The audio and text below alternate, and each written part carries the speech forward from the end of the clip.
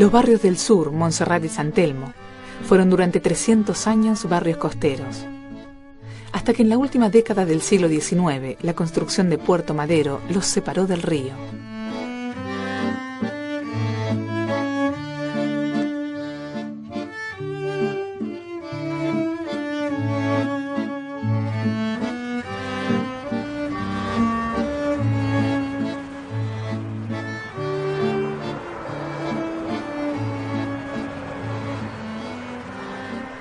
La actual avenida Paseo Colón era el primitivo borde costero.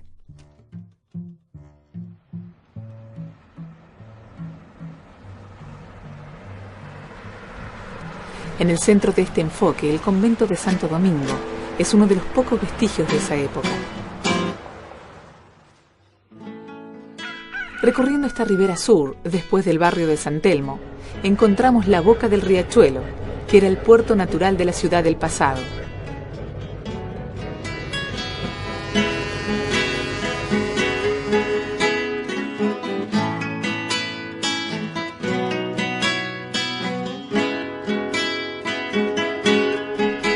Desandando este camino hacia el centro, el terreno se eleva en Parque Lezama y en los altos de San Pedro Telmo, que conservan vestigios de esa antigua Buenos Aires.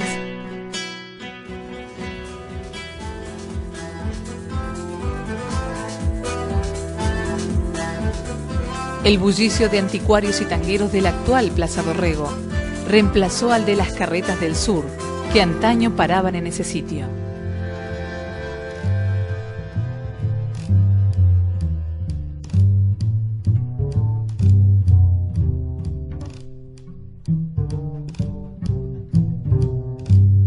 El terreno baja nuevamente y donde hoy está la calle Chile, desembocaba el Zanjón de Granados, inundado los días de lluvia. Desapareció entubado antes de que llegara el siglo XX, pero dejó su vestigio en la cortada de San Lorenzo y en los túneles que descubrió un vecino debajo de su propiedad, en la calle Defensa.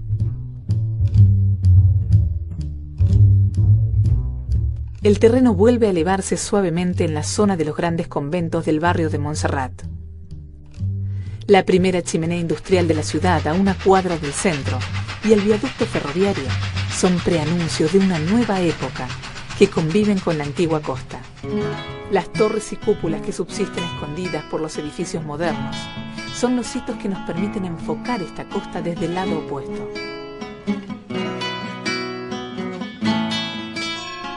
En las últimas décadas del siglo XIX, el río aún era visible desde las terrazas del barrio sur. Lo atestigua esta fotografía tomada hacia 1880, desde lo alto del Club del Progreso, que estaba en la esquina de Irigoyen y Perú.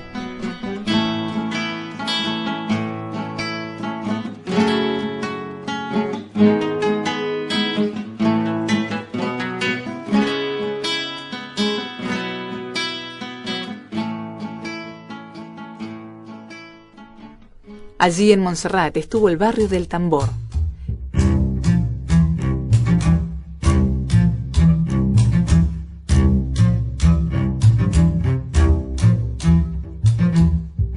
La calle Tacuarí baja hacia el sur pasando por la parroquia de la Inmaculada. Así vemos hoy ese mismo enfoque. Pero las calles más prestigiosas eran las que iban en esa dirección saliendo desde el centro. Bolívar en la perspectiva del Cabildo.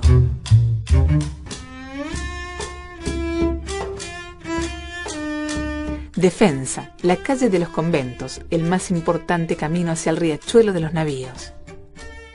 Así la dibujó Pellegrini.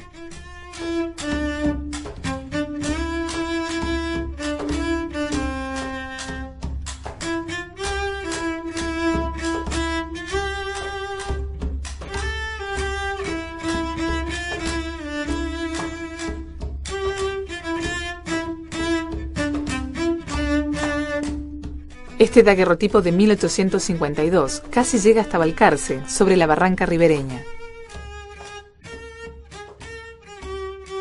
El antiguo fuerte vigilaba el río y la estratégica boca del riachuelo.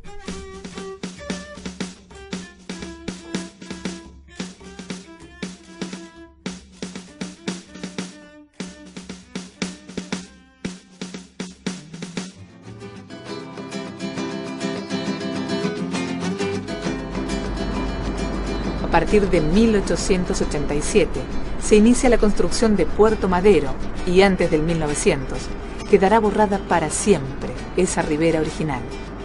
En un minuto recorremos un siglo de cambios en el paisaje urbano de la costa sur. Su gestación, su decadencia, los rellenamientos en los años 80 de lo que será la reserva ecológica y la gran renovación urbana de la última década.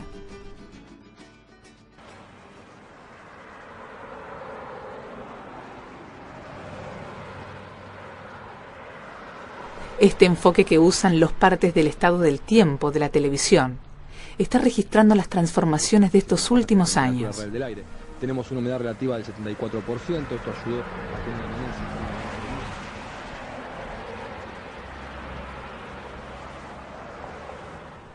Pero volviendo atrás en el tiempo, descubrimos encaramado en lo alto de la aduana a Benito Panunzi, pionero de la fotografía urbana, en una tarde de 1867. Su toma registra el borroso encuentro entre tierra y agua de esa costa sur, con mucha ropa tendida sobre la tosca, en un paisaje urbano casi caótico.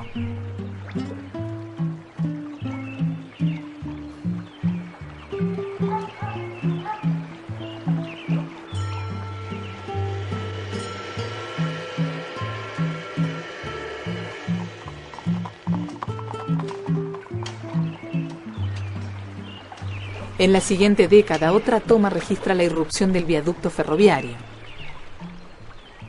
Sin embargo, aproximándonos con la lupa, descubrimos que también sobrevivía un vestigio de la época hispana, la aduana vieja, luciendo su tejado andaluz y su portal barroco.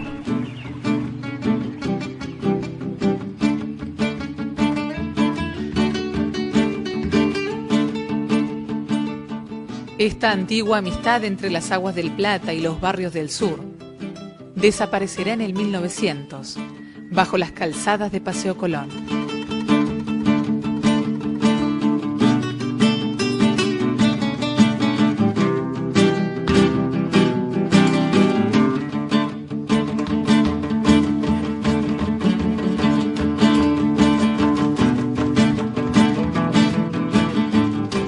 El arte urbano de las primeras décadas del siglo XX dejó huellas perdurables en ese gran bulevar.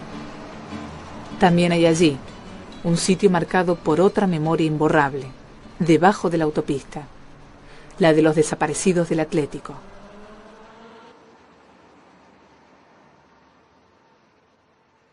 Desde los Altos de San Pedro, allá por 1830, alguien nos observa.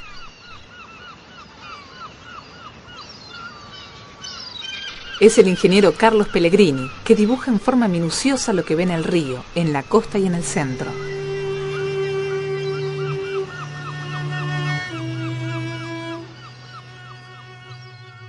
Desde la torre del colegio y la del cabildo, cada torre y cúpula del centro es ubicada con precisión, hasta el mástil del fuerte sobre el borde del río.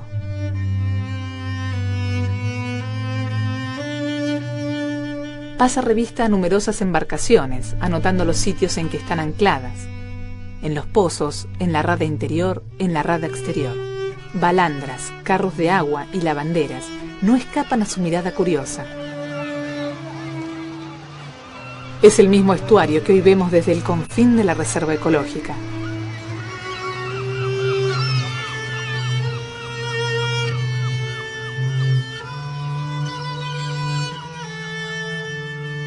Si se hubiera actualizado esta imagen en las décadas siguientes, veríamos aparecer la primera chimenea industrial antes de 1850 y el viaducto ferroviario 10 años después. Venía de la Boca, pasaba frente a las torres en construcción de San Telmo, ante el diario quehacer de las lavanderas y la irrupción de las chimeneas industriales y los postes telefónicos.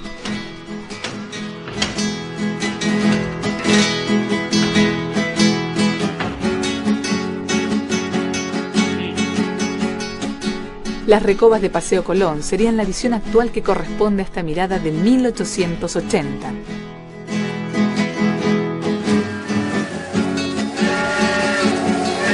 Pasando la pequeña estación Venezuela, se puede descubrir con lupa a la aduana vieja, en la barranca de la calle Belgrano.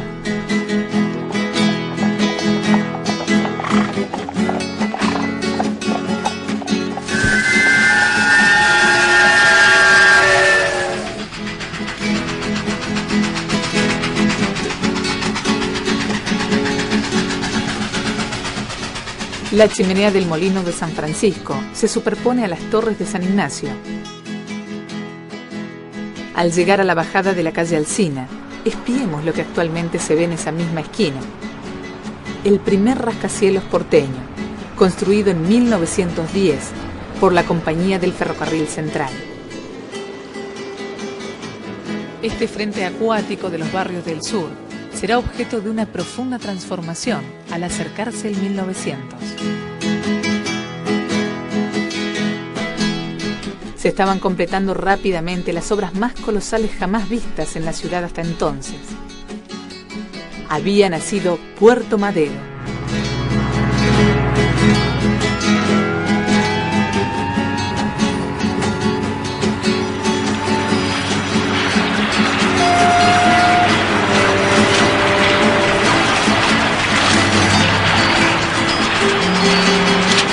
El apogeo de este puerto, en las primeras décadas del siglo, fue registrado por el cine mudo en su gran convocatoria, tanto de laboriosos trabajadores como de paseantes curiosos.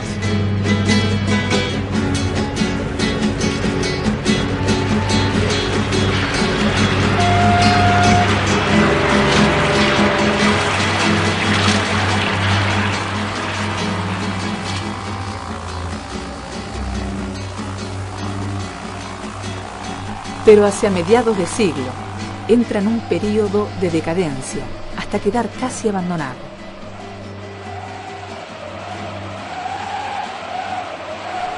Sin embargo, antes de llegar el siglo XXI, está en pleno renacimiento. A pesar de la crisis, se rescata y se recicla el cuantioso patrimonio heredado y se emprenden nuevas iniciativas urbanas.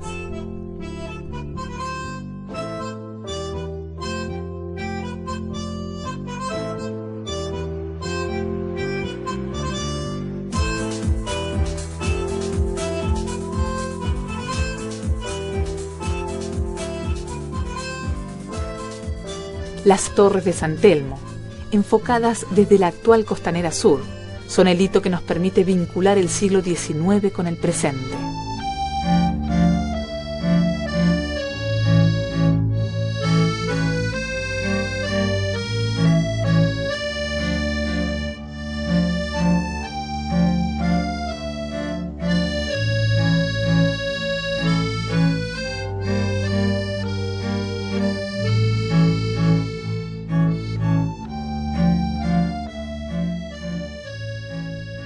La Fuente de las Nereidas también cumple un siglo en el que la Costanera Sur nació y se engalanó, para luego decaer y renacer, por fin, para recibir al tercer milenio, recuperando su gran convocatoria popular.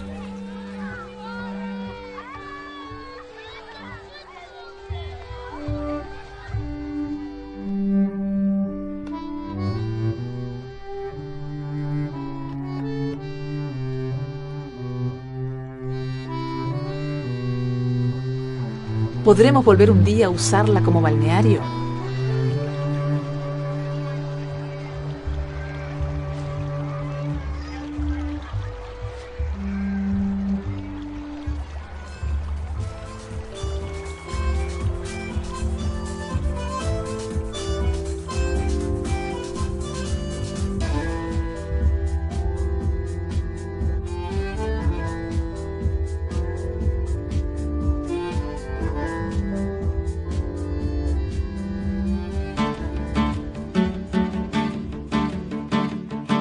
La Costanera Sur vuelve a brillar gracias a las obras de restauración y puesta en valor.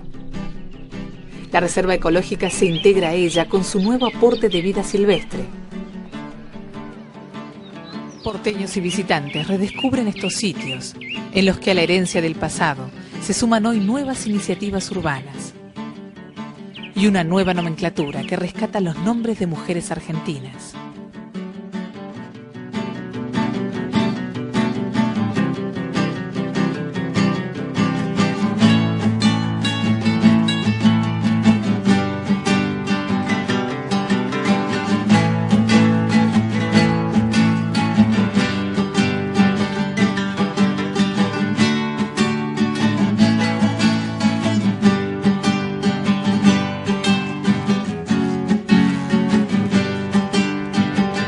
Más allá, en las áreas de Dársena Sur, Catalinas, Casa Amarilla y La Boca, resta aún mucha tarea pendiente en el rescate del paisaje cultural de la costa y en el de la calidad de vida de sus habitantes.